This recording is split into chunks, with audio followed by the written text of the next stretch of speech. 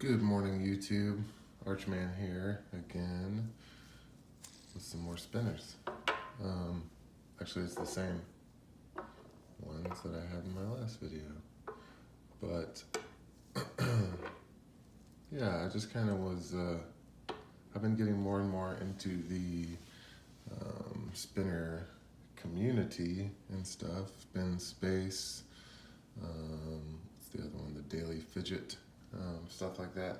And just kind of poking around and learning a little bit more about the gadgets, the community, and whatnot. I've been watching some of the, I think it's called the Weekly Spin videos, and just kind of really enjoying the all aspects of it. And they kind of did like a,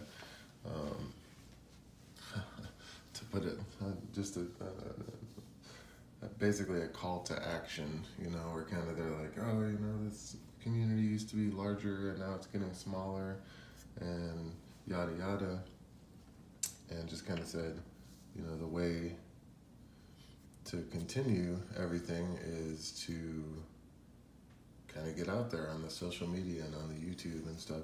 And I guess I should start off by saying too, like, if you watch my last video, which ended up being like 30 minutes long, but I kind of really like poo-pooed on the whole spinner genre, just like, oh, I can't believe these things, they're stupid, and it's true, like that really has always been my just impression over fidget spinners, was just like they're completely superfluous, unnecessary, a waste of high quality machinists' time and effort, and that's just kind of how I saw them in comparison to EDC gadgets such as pocket knives, flashlights, even like pocket tools like the Atwood tools, and just all these kind of machined goodies that you see in the everyday carry community.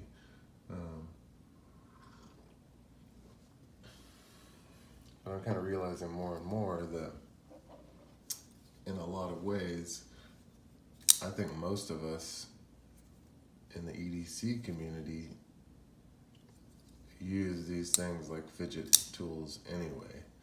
So suddenly, yeah, obviously a pocket knife is way, way better investment than a fidget spinner, But at the end of the day, for me, like a spinner honestly covers a lot of the bases that a pocket knife does, and it suddenly makes it so just being in machining titanium junkie like I am, it suddenly makes it so a Swiss Army knife or something like that is a perfectly viable option for knife carry, because now I have this as my titanium goodness, or whatever it is, my hand candy, if that makes sense. But yeah, I watched a video with Ben Pose. I have a cocoon on its way to me, and which I'm really excited about, a titanium cocoon, tri-cocoon. I'm less excited that it's a tri, but whatever, take what you can get. Those things are hard to get. And I watched a video with Ben Pose, and he kind of was like, yeah, man, people need to get on their Instagram. People need to make YouTube videos if they want this community to thrive. And what I suspect is that kind of how, like, what I know spinners coming from is, I can't think of his name, Scott from Scam Designs, who makes the torque bar. As far as I know, he was the first one to make a spinner out of Atwood tools, and I mean, of course I was like, oh, that's pretty cool, but I don't know, I think what is or has, damaged the whole spinner genre and community and all this kind of stuff, I think it is just those plastic spinners going into schools and stuff and becoming just such a huge fad, I mean, it was like, but they don't last long, they're pieces of shit, there's nothing cool about them, in my opinion. Like, I would never use one of those, I don't think. I've never touched one, but, so to be honest, I think that's what really kind of poo-pooed on it the most. There's gotta be no comparison between, a high-end spinner like one of these guys and one of those plastic things. Not quite bright enough in here to get a warp probably, but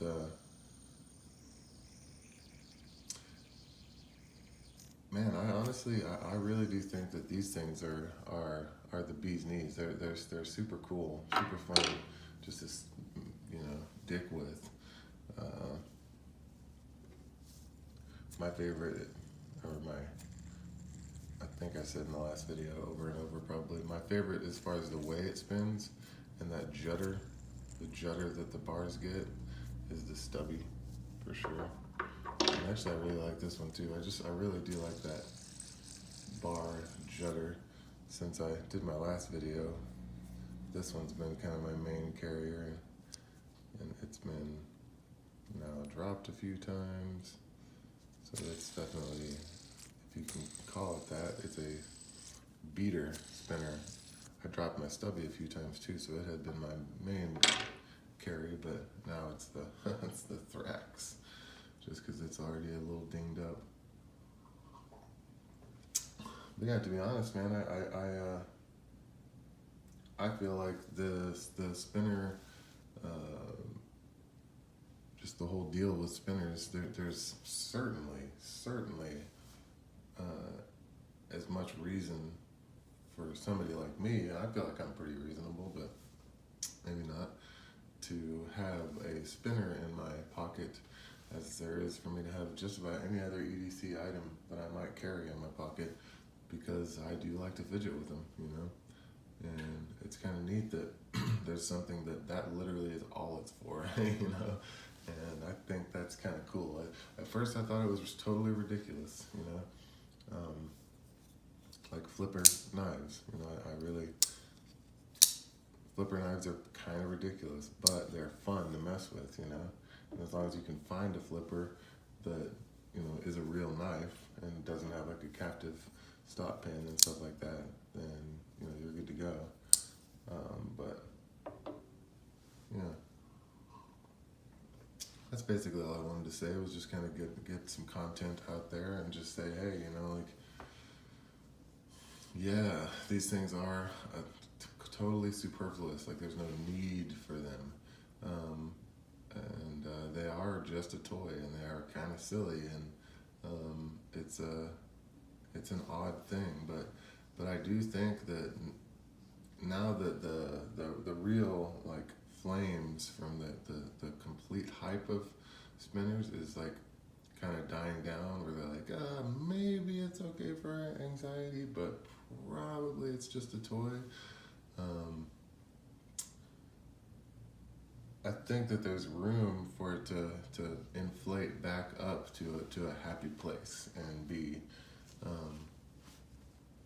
just continue to be a viable part of the EDC community and such. Because I think it's totally legit. I think they're super fun. They're very artistic. There's a lot of skill involved in making them, and yeah, just kind of neat gadgets. That's kind of all I had to say. I probably will end up doing a review for each one of these and my Cocoon whenever it comes in, just to keep the ball rolling with this. All right, Palabra a tu madre. See you later, guys.